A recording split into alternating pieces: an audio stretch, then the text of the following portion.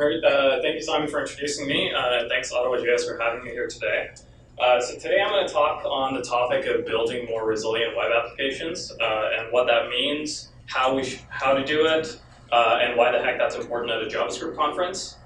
So my name is Kareem Levi. You can find me on GitHub at github.com/KareemSa. You can npm install me if you want to get in touch. Yes, that's a real package out there.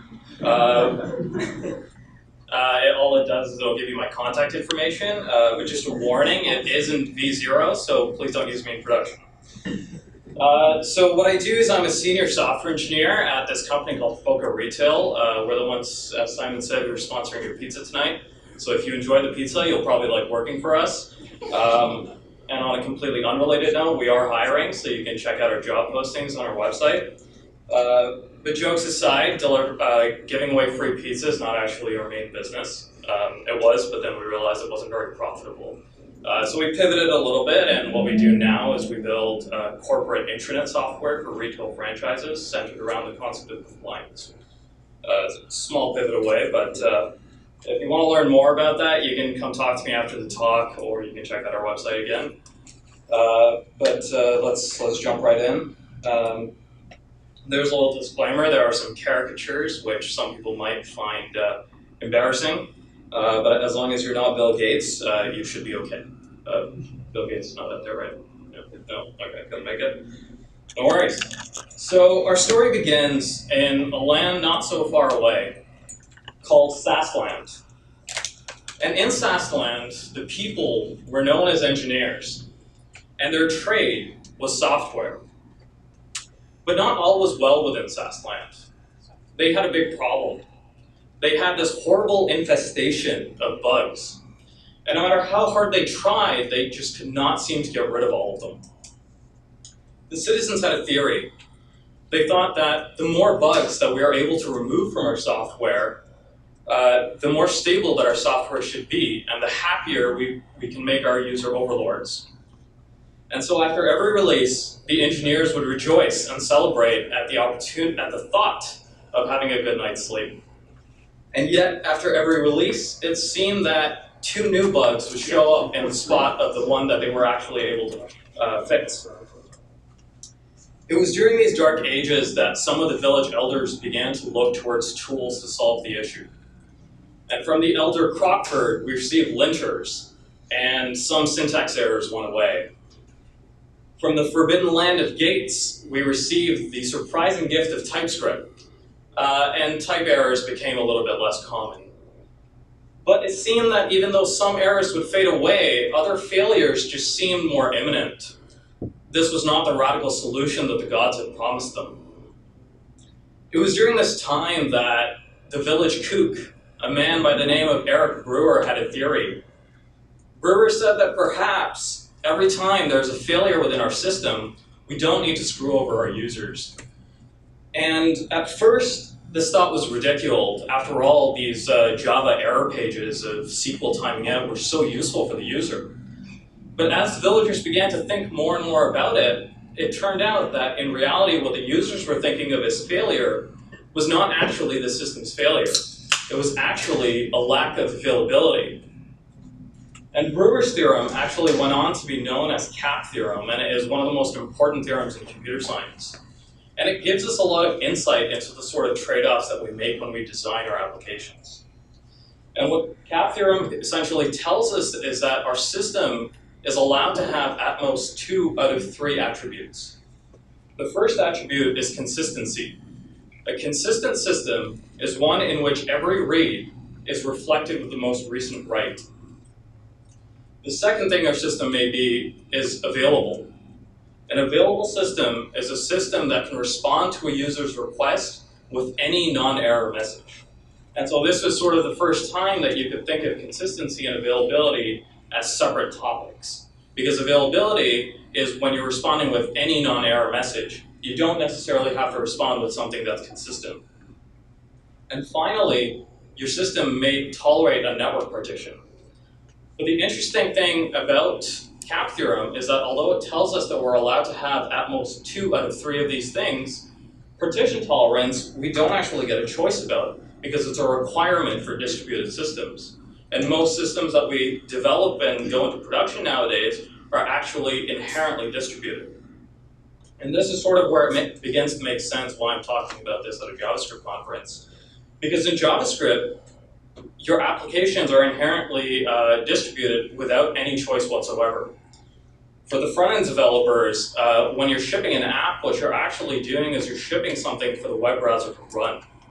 And whether or not you like it, your web browser will have a network partition between itself and the HTTP server that you're relying on. And so if you're serving up anything more than a static site, you've got an application with even the slightest bit of functionality, you've got a network partition that you can't avoid. As a backend developer, chances are you're actually persisting data somewhere, assuming you're not using RAM as your database solution. Don't use RAM as your database solution. So as long as you're not using RAM as your database solution, you've got, again, an unavoidable network partition because you're usually not going to be running your database on the same machine that you're running your server on. And so if we have a look at CAP theorem again from with this new detail in mind, CAP theorem is not actually telling us that we're allowed 2 out of 3 things because partition tolerance is required. What it's actually telling us is that we have to make this really difficult choice between consistency and availability. And if you remember how we actually got to this place, the issue that we were having is that when our users are interacting with our systems, they don't care much about the underlying system failure. What they care about is whether or not what they want to get done can be done, and that's availability. And so if we're really looking to maximize availability, we actually need to learn to sacrifice consistency. And I know that sounds very daunting, because in the age of data-driven applications, there's things like GraphQL coming out, and I'm telling you, don't be consistent with your databases. But it begins to make a little bit more sense when you look at it as less of completely getting rid of consistency and more relaxing the constraint of being immediately consistent. And so if you're not immediately consistent, the only choice you have is you can be eventually consistent. And the idea behind an eventually consistent system is a system that is able to be consistent at some point in time. That point in time does not have to be right now. It just has to happen at some point. And the really interesting thing about that is what that lets you do is you end up breaking the dependency that you have between your system and the other systems that are across network partitions that you rely on. And if you think of it the other way around, in the classic situation where we're building applications where we receive a user's request and then we go do something with it right away, what we're actually doing is we're causing this really, really tight coupling between our systems. And this is really the best visual I can show you of what that looks like. Because if you have the smallest network latency that's going on the far side of your system, your database cluster might just time out for one query, and it might not time out by much. It might only time out by a few milliseconds. That failure is actually going to cascade all the way across the network to your API. And your user doesn't actually need to care that there was a little network latency, because chances are it'll be gone in the next few seconds.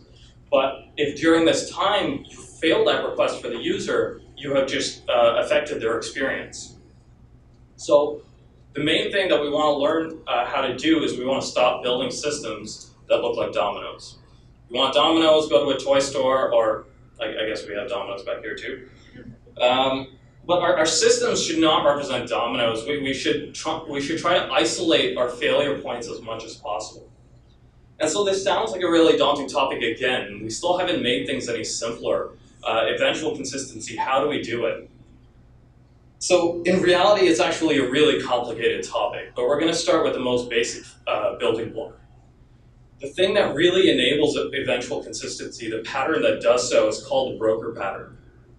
And what the broker pattern does is it gives us a very simple design that we can use to decouple the work that we want to do from the part of our system that knows that the work needs to be done. And so what that actually looks like is when you receive a user's request, you know what needs to be done, but instead of doing it right away, you pass that information on to something called a broker, and you make it the broker's responsibility to actually make sure that work gets done. And when you do this, the broker's core responsibility becomes orchestration. The broker is responsible for making sure that A, it gets done. If there's any failures, how do I recover from it? If I still can't recover from it, the broker is actually able to save that information later for humans to intervene without having to get the user re-involved. In layman's terms, what you're actually doing is you're shifting from a system design where you're saying something like, give me my coffee now, to deliver my coffee to me. For those of you who have experienced a few different programming paradigms before, what you're actually doing is you're shifting from a very imperative way of building your system architecture to more of a declarative way, where you're saying, I depend on this work to be done at some point, but I don't need to depend on that right now. And visually what that looks like is you go from a system that looks something like this. And this is a very, very classic approach of building your system, and chances are your first drafts will look like this. You have your work, and it exists within your general system. And you have this bidirectional data flow where you ask for that work to be executed, you wait for it, and then maybe you do something with the result. Instead, what you can do is you can introduce brokers and separate that system into two major components. On one side, you have your actual system, which is more of a gateway for your user requests. And on the other side, you have a worker, which is responsible for actually getting the work done. And in the middle of these two, you have a broker, which orchestrates requests going from the system over to the worker. And the interesting thing here is actually, is it has no way of getting back to it. Eventually, you do need to get back to the system, or you need to get back to the user. Your work should have enough information to know, hey, I need to send out a WebSocket event, or maybe I need to queue up some more work that needs to be done. So that's kind of a little bit of a gist of what brokers are. And now, a little bit more practically, there's a few different data structures that you can use to build brokers. But the most common one, and the easiest one to understand, are queues. And queues are just the traditional computer science topic of a queue, except that in a broker, the queue basically stores the different units of work that need to be done. And you have these two simple mechanisms of enqueuing and dequeuing from the queue, which here I've written as pushing and popping, but it happens in a FIFO style. And so what happens is your producer, which is your system, is receiving requests from the user. As it does so, it will create requests for work and push those off into the queue. Some other part of the system will then pop work off of that queue and execute it. And so the unique thing about queues that are different from the other data structures you use to enable brokers is that in a queue, you actually have very distinct mechanisms for pushing and popping work. And so the end result you get is that the work that you've asked the broker to do is actually going to be idle for some amount of time. And that's not a bad thing. What that lets you do is you can set limits for concurrency, and you can do anything you would do with a queue or with an array, you can now do with the work that your system needs to complete. So an example of that is now you can prioritize tasks because queues can be sorted. So what you can do is you can set priorities on certain pieces of work that are more important than others, and those will be popped off first, even if the order of pushing was not the one that you wanted. And this is a really good example of what something like Instagram might do, or what we do at FOCO, which is our core app's functionality is for you to be able to upload images, and we do some complex image processing on that. And so we have a high CPU worker that is exclusively responsible for popping off the jobs that require the high resources and then completing those jobs alone. And then we have a normal CPU worker, which is a little bit cheaper, and all it does is it takes all the cheaper jobs, the lower priority jobs, and it executes them. And so this gives us a really interesting architecture where we can actually make sure that when we're facing a little bit of bottleneck, our core functionality is always live. We're more available. But when it comes to some of the smaller functionalities, we're able to sacrifice those at that time and then be consistent with those at a later time, because it's not failing, it's actually just sitting in that queue.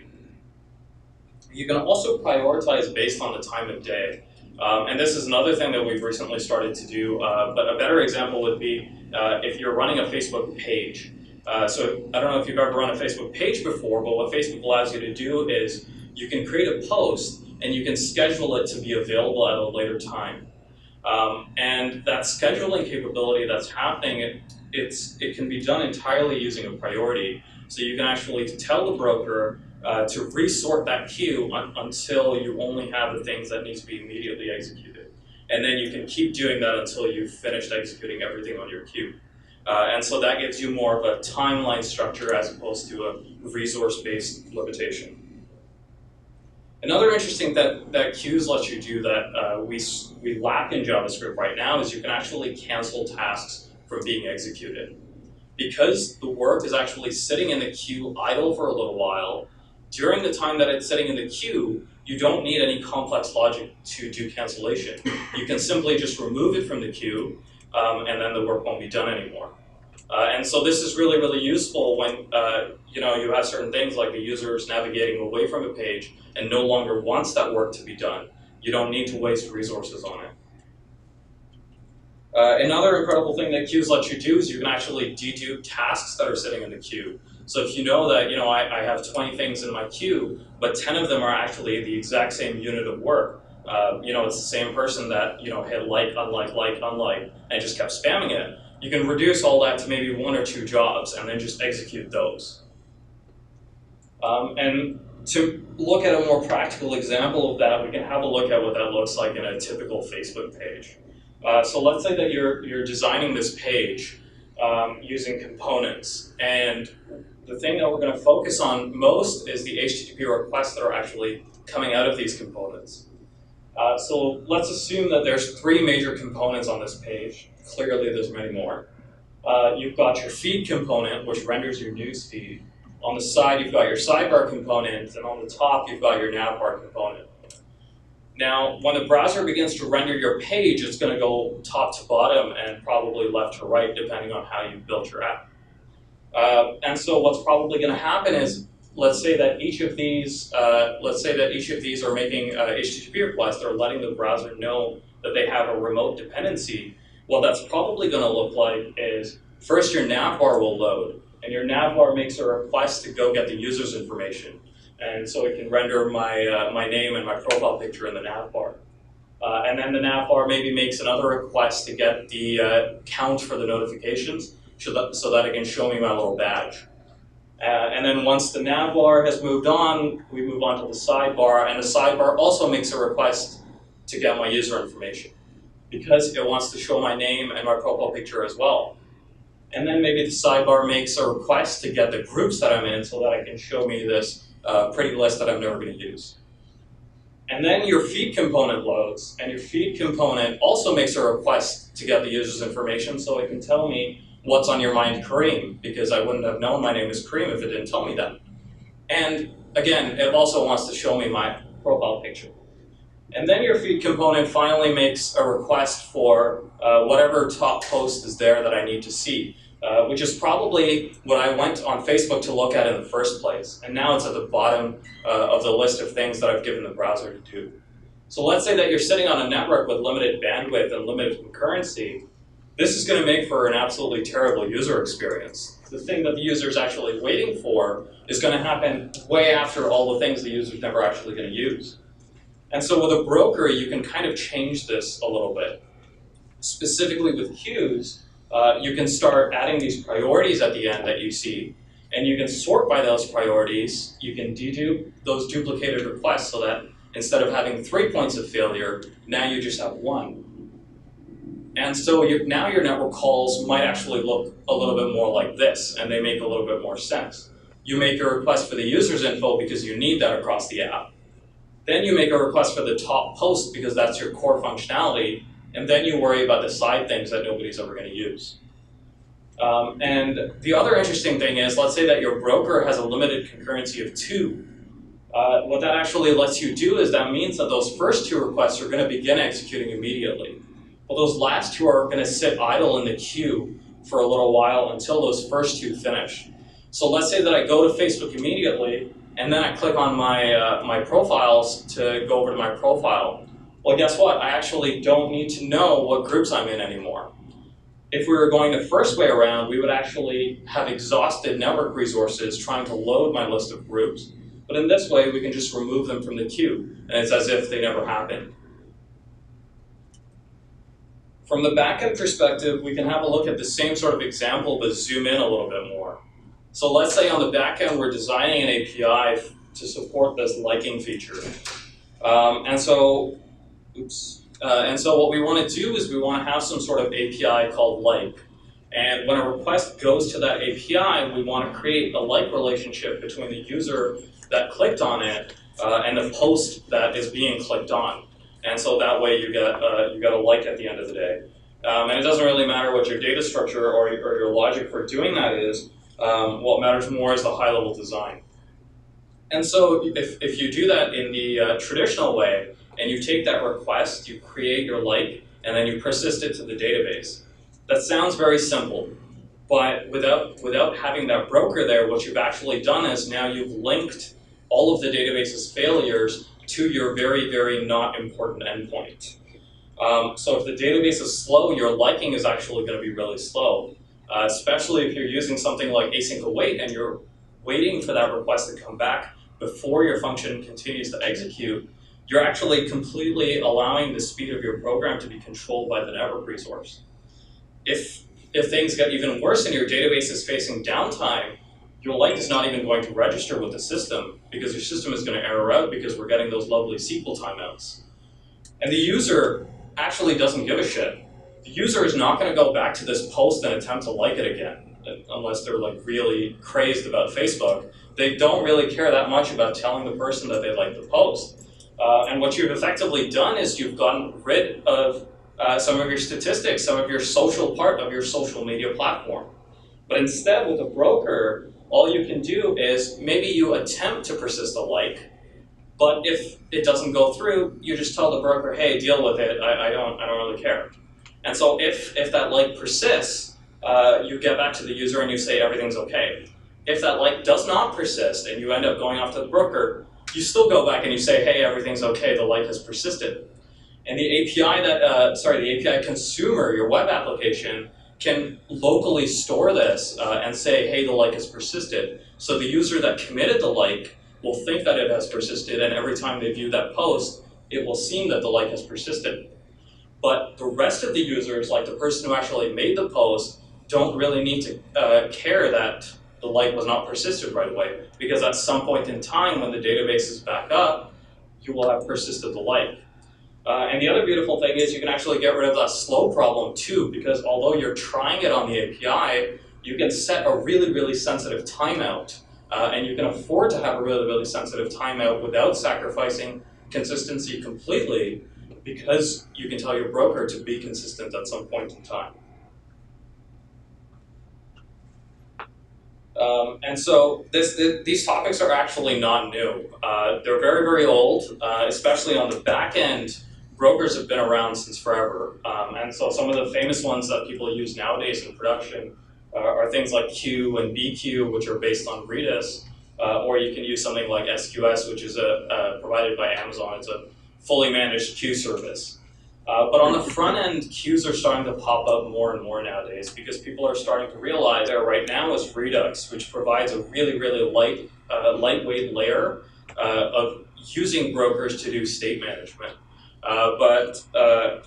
My theory is that we're actually going to see brokers show up for HTTP requests pretty soon.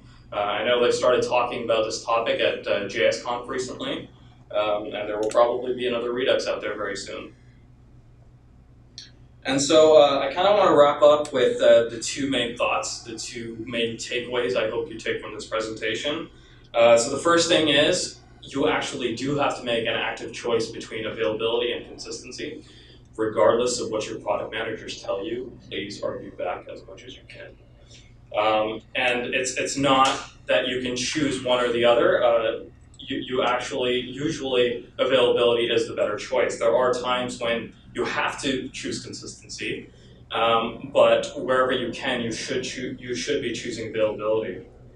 And the second thing is that when you want to aim for eventual consistency, you should start by using a simple broker solution, and then you can do the same things with brokers as you build them forward. And thank you for listening.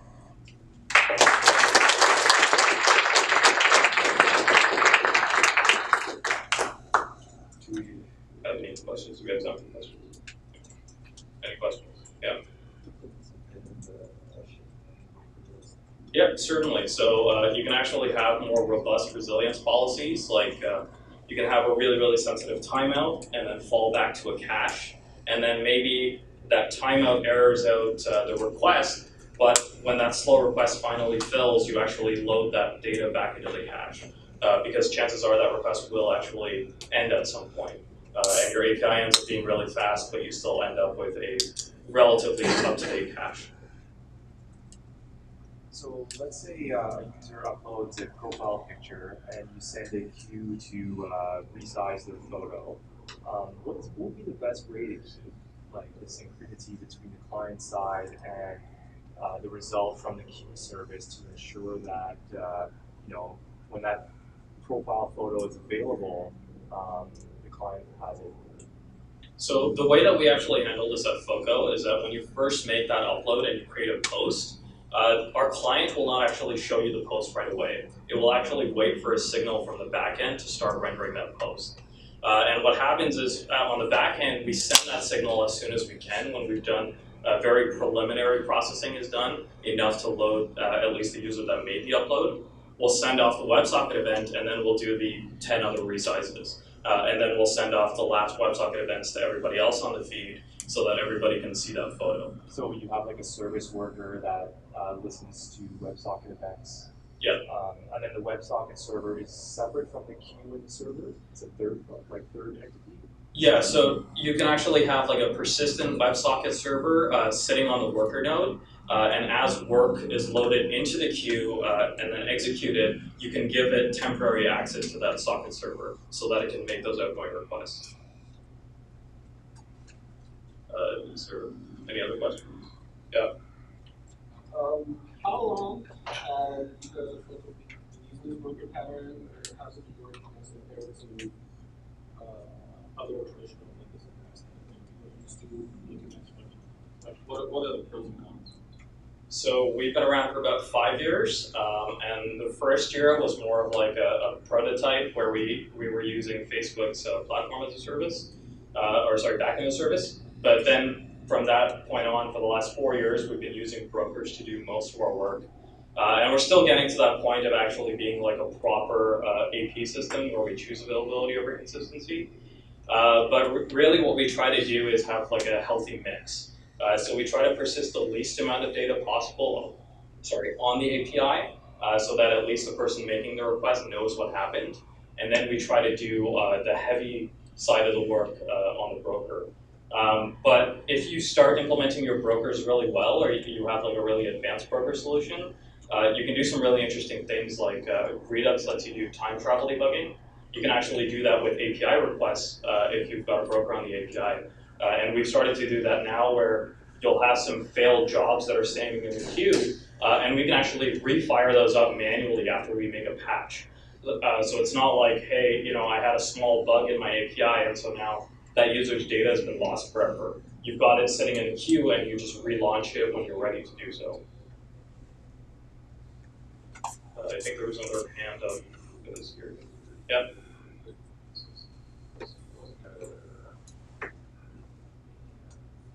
Service users decide to book certain flights. And a user actually needs to know whether the booking went through or not. And might go to another site to get a booking if it doesn't get booked. Is that the case for you? So I think it comes down to making a choice at an organization level. But what my personal opinion on that would be, usually there's a way to implement organization policies that allow you to go around it. And so actually a good example of this is when you're using something like a banking solution and you've got multiple requests coming out for withdrawing money from your account. And so usually you would think that the best thing to do is go for a consistent way in which those operations would be atomic and mutually exclusive so that you don't overdraw the account. But instead, you can actually just charge the user for overdraft protection, and then it's their problem. But at least that money was able to come out, and at the time that they were, paying for their food at the restaurant, it was okay. And then it becomes a problem at a later time.